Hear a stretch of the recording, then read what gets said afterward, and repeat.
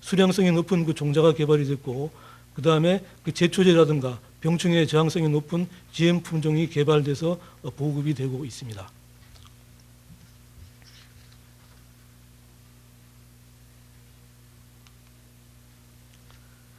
다음 브라질입니다. 브라질은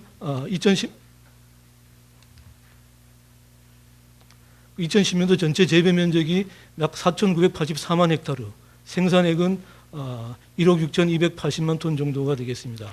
GM 곡물 경작 면적은 3,030만 헥타르로 브라질 전체 경작 면적의 60% 수준을 차지하고 있습니다만, 그 대표적인 작물인 콩이라든가 옥수수 같은 경우는 거의 90% 수준에 육박을 하고 있습니다. 미국에 이어서 세계 2위 수준이 되겠습니다. GM 재배 면적이 대두가 2,070만 헥타르, 옥수수가 910만 헥타르에서 재배가 되고 있습니다. 주로 브라질은 그 남부를 중심으로 해서 농업이 발전해 있습니다. 일찍 그 농업이 시작된 건 남부인데요. 이쪽은 주로 그 영세 소농 위주로 그 재배가 되다 보니까 조합을 통해서 수확물이 판매가 되고, 최근에는 그 북부 지역이 개발이 돼가지고 이 대농 중심으로 북부 지역이 개발이 되어 있습니다. 그러다 보니까 아직까지는 그 건조 시설이라든가 교통망 등 그 농업 인프라는 굉장히 좀 취약한 형편입니다. 그래서 최근에 곡물 메이저들이 그 자기네 그 자본력을 바탕으로 해가지고 여기다가 그 인프라를 설치해 놓고 주로 이 사람들이 그 북부 지역에서 영향력을 그 행사를 하고 있는 그런 상황입니다. 주요 곡물별 생산 현황을 보게 되면은 역시 옥수수가 가장 많고, 옥수수 대두, 그 다음에 쌀, 밀, 면화 이런 순으로 되겠습니다. 다음 우리나라의 그 GM 곡물 수익 관리 현황을 말씀드리겠습니다. 지금 세계적으로 아까 제가 말씀드렸지만 콩 재배 비율이 이렇게 점점 늘어나고 있습니다. 세계적으로 콩 재배 비율이 GM 재배 비율이 74%, 그 다음에 미국 같은 경우는 54%에서 94% 이렇게 늘어나고 있고, 넌GM은 6%밖에 6%에 불과합니다. 옥수수 같은 경우도 미국의 GMO 파종 비율이 90%, 아르헨티나, 브라질이 90%, 80% 이렇게 되어 있습니다. 이러다 보니까 상당히 구매 여건이 악화되어 있는 그런 실정입니다. 저희가 콩을 주로 수입 업무를 할 때 기존에는 주로 이제 메이저 카길이라든가 ADM하고 했습니다만, 이제 카길은 이미 넌GM 부분에서 손을 뗐습니다. 그래서 한국 시장에서 철수한 지 오래고, 지금 이제 ADM만이 남아 있고, 나머지는 ADM도 지금 뭐 거의 마지못해 지금 하고 있는 이제 그런 실정이고, 나머지는 메이저 밑에 있는 준 메이저라든가 아니면 그 정도도 되지 않는 어떤 중소 업체들하고 저희가 이제 저걸 해서 수입을 하고 있는데, ADM을 제외한 이제 최대 수입처는 젠노, 소위 말해서 일본의 이제 전농이 되겠죠. 전농의 이제 미국 자회사입니다. 젠노를 통해서 상당 부분 넌GM 콩을 지금 들여오고 있습니다. 지금 콩과 관련해서 보면은 참고로 말씀드리면 일리노이 주립대에 대두 유전자원 센터가 있습니다. 거기에 약 한 2만 종에 해당하는 품종을 가지고 있습니다. 그 중에 우리나라 국산 콩이 약 한 4,000종입니다. 그러니까 사실은 지금 현재 뭐 세계 콩 생산이라든가 수출을 미국이 좌지우지하고 있지만 콩의 품종의 원조는 사실 따지고 보면 우리나라 콩, 우리나라라든가 만주 쪽에서 발생한 그 콩이 이제 미국으로 건너가서 지금 오늘 이제 이렇게 오늘날은 이제 그렇게 이제 번져 나갔다고 할 수 있겠습니다. 이 GMO 문제는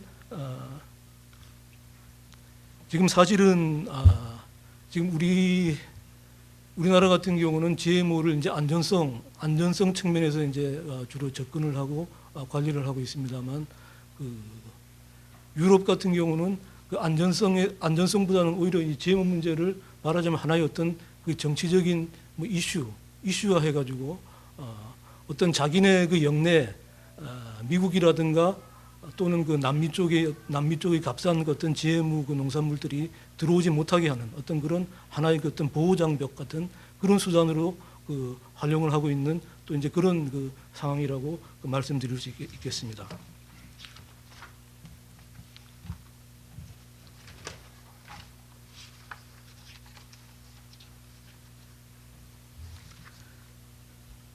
지금 현재 그 저희가 아까 말씀드렸지만 주로 콩의 경우는 넌잼 콩을 그 수입하고 있습니다만 이 식용은 주로 이제 저희가 넌잼으로 수입을 하고 전량 그 저희 AT가 그 담당을 하고 있습니다. 연간 약 한 33만 톤 정도를 저희가 들여오고 있습니다. 국영무역으로 28만 톤, 단체 배정 3만 톤, 한미 FTA 코타 1000톤, 그다음 장류 박용 0.7톤 이렇게 해가지고 국영무역은 저희가 직접 하고 있고, 그다음 단체 배정은 뭐 그 연식품협회라든가 장류협회 등 실수요 단체에 배정을 해주고 있고, 그다음 금년도에 그 한미 FTA가 발효함으로 인해 가지고 한미 FTA 쿼터가 신설됐습니다. 요거는 이제 FTA 초년도 금년도에 10,000톤, 내년도에 2만 톤, 그 후년도에 2만 5천 톤 이렇게 해가지고 3년이 지난 다음에는 2만 5천 톤에서 매년 그 3% 복리로 쿼터량이 늘어나게 되어 있습니다. 요거는 이제 요 쿼터는 그 WTO 양호 관세가 적용이 되는데요. 요 쿼터에 해당하는 물량은 5%로 그 수입이 가능하지만은 요 쿼터를 벗어난 물량일 때는 487%의 고율 관세가 그 적용이 됩니다. 그다음 FTA 물량 같은 경우는 마찬가지지만 인쿼터가 0%, 그다음 쿼터 배정을 받지 못할 때는 487% 이런 고율 관세를 받게 되어 있습니다.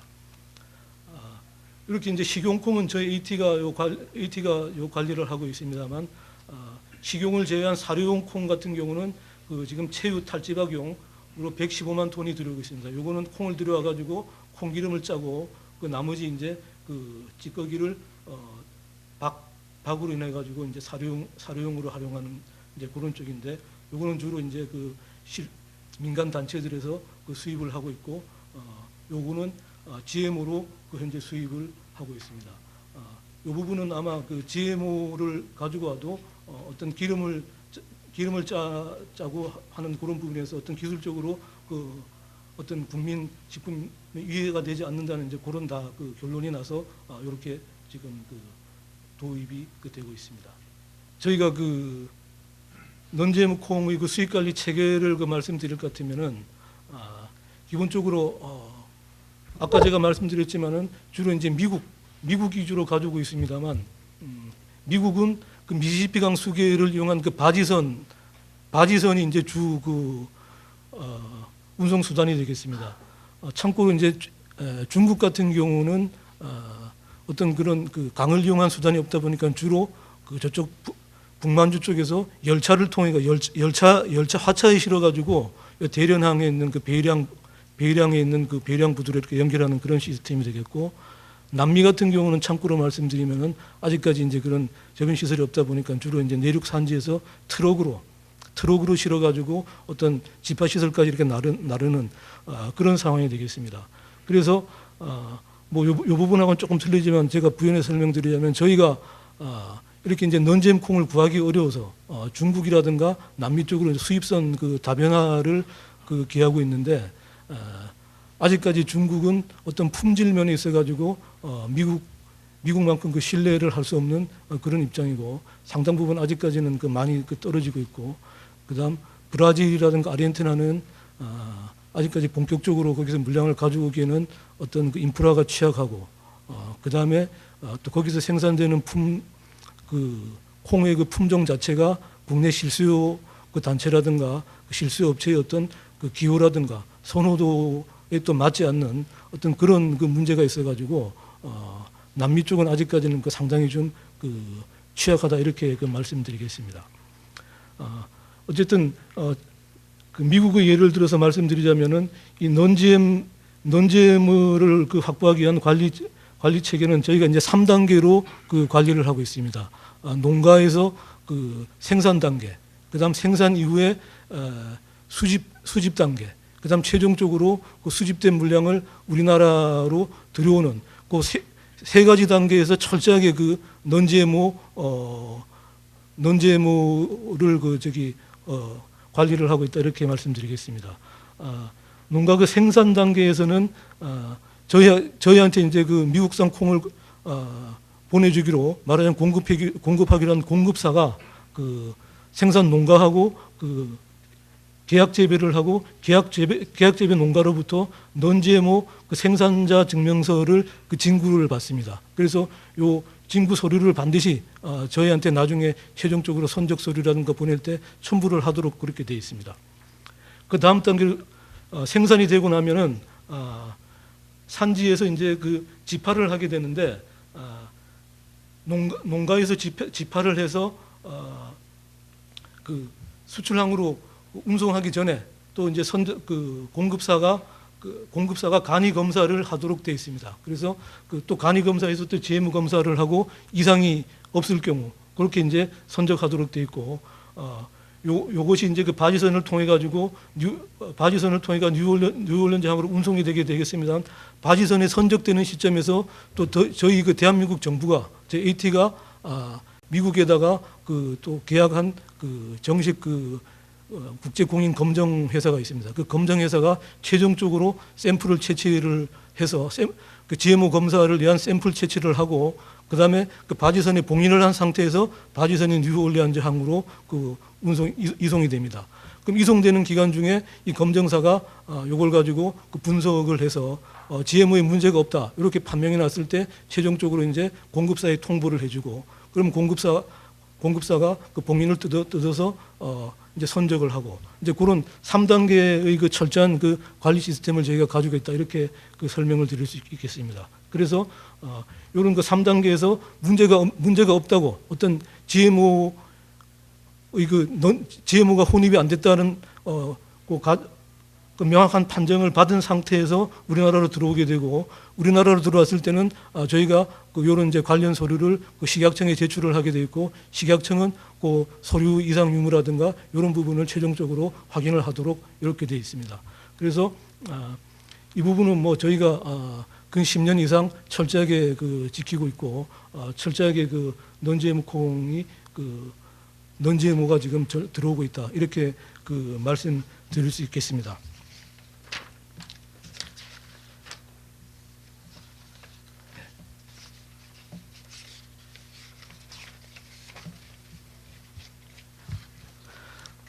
어쨌든 이제 제가 마지막으로 한마디만 드리고 이제 그만두겠습니다.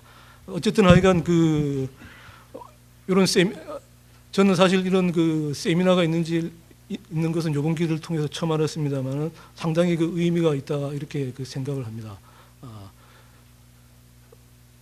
어떤 하여간 세계적으로 이 곡물에 관한 한 점점 아까 초반에 말씀드렸지만 어떤 생산 부족의 문제 이런 문제들이 있기 때문에 우리가 이 GMO 문제는 어차피 이제 우리가 넘고 가야 할 산이라고 생각을 합니다. 그렇다고 볼 때 막연하게 이 GMO 문제에 대해서 그냥 막연하게 어떤 두려움을 갖는 것은 좋지 않다 이렇게 보고 있습니다.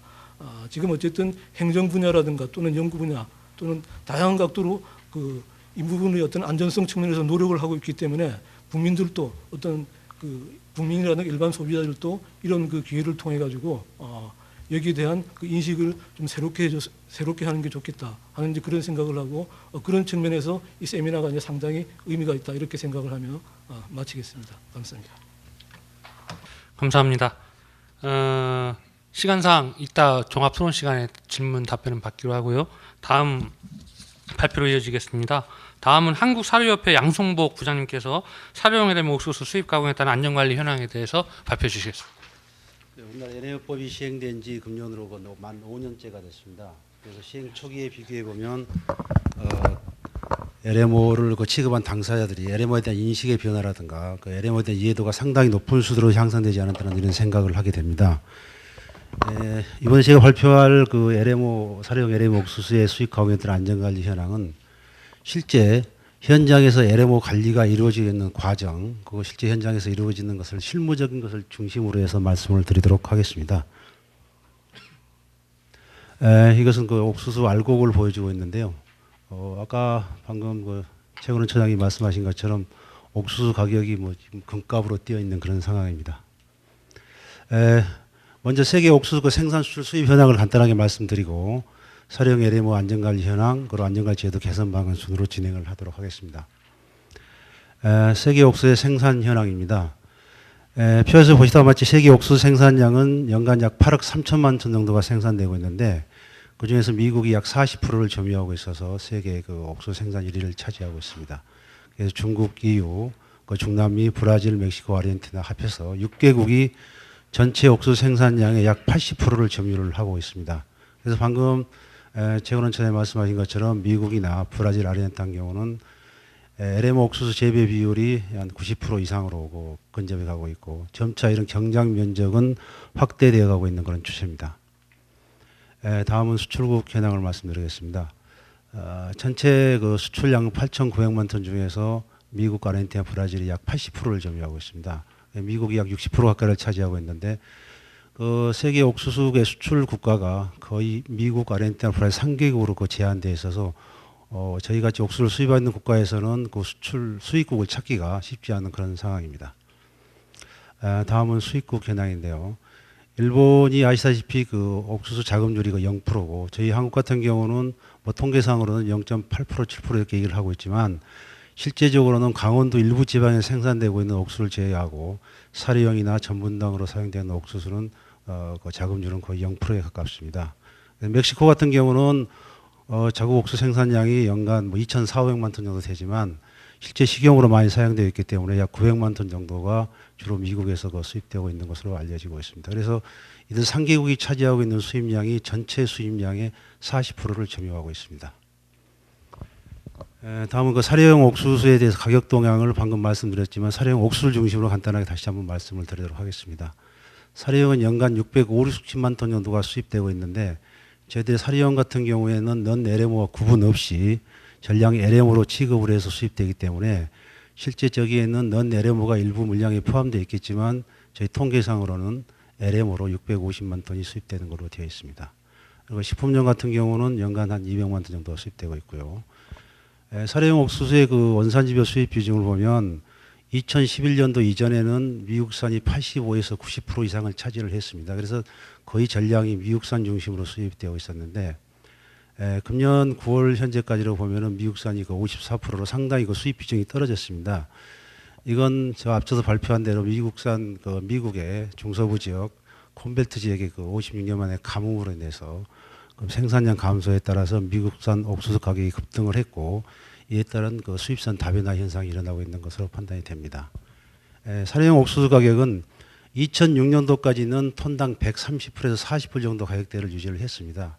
그러다가 2007년, 8년 그 옥수수 곡물가 폭등을 거치면서 옥수수 가격이 200불, 300불대를 넘어서게 됐는데 금년도 같은 경우 그 옥수수 가격이 폭등하기 전에는 약 톤당 290불대를 유지하고 있다가 6월 달부터 가격이 상승하기 시작해서 8월 달에는 톤당 400불의 고점을 찍었습니다.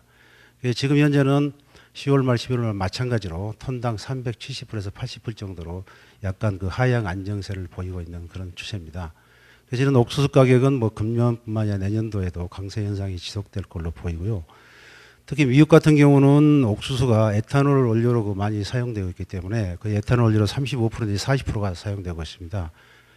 그래서 그 옥수수가 에탄올 원료로 사용됨에 따라서 생산량 감소와 더불어서 옥수수 가격이 그 상승을 하고 있습니다. 그래서 저희 한국사료협회에서는 금년 6월, 7월경에 미 농무성에 그 건의 공문을 보냈습니다. 그래서 에탄올을 생산을 좀 재고해달라 이런 내용으로 그 공문을 보냈고 미 농무성 그 농무장관으로부터 미 환경보호청과 협의를 해서 그 에탄올 정책을 재고해 보겠다는 그런 회신을 받은 바가 있습니다. 다행스러운 것은 미국의 에탄올에 들어가는 그 옥수수 사용량이 조금씩 감소 추세에 있다는 것입니다. 그래서 뭐 저희 사료협회에서 건의한 영향도 있었겠지만 미국 자국 내에서 양계업자들도 그 에탄올 사용에 들어가는 옥수수 사용량을 좀 줄여달라는 그런 그 움직임이 있는 걸로 알고 있습니다. 다음은 오늘 그 발표 주제인 LMO 옥수수 안전관리 현황에 대해서 말씀드리겠습니다. 사료용 옥수수는 뭐 다른 LMO도 마찬가지겠지만 수입 단계에서부터 배합 사료 제조, 판매 이르기까지 각 단계별로 그 안전 관리가 이루어지고 있습니다. 그 단계를 크게 5단계로 구분을 해봤는데요. 그 원료 구매 계약을 체결을 해서 선적을 해서 해상 운송을 하고 국내항에 입항을 하면 하역을 해서 일시적으로 사이로에 보관이 됩니다. 그래서 보관된 옥수수는 각 수입자별로 육상 운송을 통해서 사료 공장에 입고가 되고 비합 사료 제조가 되고 판매가 되므로 그 안전 관리가 끝나게 되는 것입니다. 먼저 그 첫 번째 단계를 살펴보면 그 수입자인 사료 제조업체와 수출자 간의 그 구매 계약을 체결을 합니다. 그래서 수입자가 도착 시기별로 그 시기를 정해서 입찰을 실시하게 되는데 통상 한 5만 5천에서 한 6만 5천, 7만 톤 정도가 구매가 되는데 이런 모선은 일반 공산품 같은 경우는 되게 컨테이너 모선으로 들어오겠지만 이 산물이고 대양 하물이기 때문에 벌크선을 이용해서 파나막스 모선이라든가 감사르막스 모선으로 그 국내항에 도착을 합니다. 과거에는 저희들이 들어오는 모선의 정도가 파나막스 사이즈가 들어왔습니다. 그래서 파나마 운하를 통과할 수 있는 그 크기가 되는 거죠. 그래서 5만 5천 원에서 6만 톤가 들어왔는데 평택강에 그 태형 사이로가 생기면서 선석의 그 수심이 깊어지면서 감사르 모선을 띄울 수 있게 됐습니다. 그래서 지금은 감사르 모선이 파나막스 모선보다는 적게 들어오지만 상당히 많은 물량이 감사르막스 모선을 통해서 들어오고 있고 이런 게 그 해상 운송의 운임을 절감하는 효과로 작용을 하고 있습니다. 두 번째 단계로는 그 선적과 해상 운송입니다. 선적 시기가 되면 공급자는 수출항 선적항에서 그 선박의 옥수수를 선적을 하게 되고 공급사가 발행하는 인보이스상의 사료용 LM 옥수수 이벤트명을 표기를 하게 됩니다. 그 이벤트는 국내에서 승인된 그 이벤트명이 표기되는데 오늘 현재로 사료용 LMO 이벤트는 43개 종이 승인 받아 있습니다. 여기 보면은 그 옥수수 선적 엘리베이터 그 장면인데요. 사이로핀에서 콘베이를 통해서 여기 정박에 있는 이 모선에 옥수수가 선적되고 있는 그런 장면이고 선적이 완료된 모선은 해상 운동을 통해서 국내항에 도착을 하게 되겠습니다. 사료용 옥수수, LMO 옥수수 그 운송 모선이 국내항에 도착할 무렵이 되면 수입자들은 농가는 시험연구소에 그 LMO 수입 승인 신청을 하게 됩니다.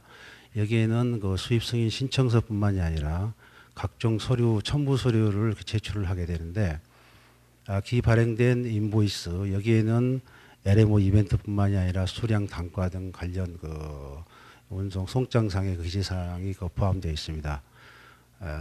그리고 부두에 그 하역된 옥수수가 사료공장으로 운반하기 위한 그 운반 계획서, 그다음에 운반 수단, 운반 수단이라면 차량의 종류, 차량의 남바 상당히 상세한 내용들이 들어갑니다. 그리고 운반 경로, 예를 들어서 인천항을 통해서 어떤 고속도로를 타고 어떤 IC를 지나서 몇 번 국도를 통해서 사료공장으로 도착한다는 그런 운반 경로를 표시해서 제출을 합니다. 또 만약에 운송 중에 어떤 비상 상황이 생겼을 경우에 어떤 식으로 조치를 해야 될 것인지 비상 연락처, 그다음 비상 조치 방법 이런 것도 같이 제출을 하고 있고요. 각 사료공장은 그 LMO를 담당하는 전담 인력이 지정되어 있습니다. 이런 지정 현황. 또 이런 사료용 LMO 옥수수를 공장에 운반해서 보관할 수 있는 시설이 충분한지 안 한지 안전관리에 필요한 설비 현황, 주로 그 사이로가 되겠습니다. 여기 및 보관 및 가공상에서 어떤 상황이 생겼을 때 어떤 조치를 취해야 될 것인지 비의도적으로 환경에 방치될 수 있는 걸 최대한 그 방지를 하고 농가는 관할 사무소라든가 아니면 그 담당자에게 연락을 해서 바로 조치를 할 수 있도록 하고 있습니다. 그래서 농가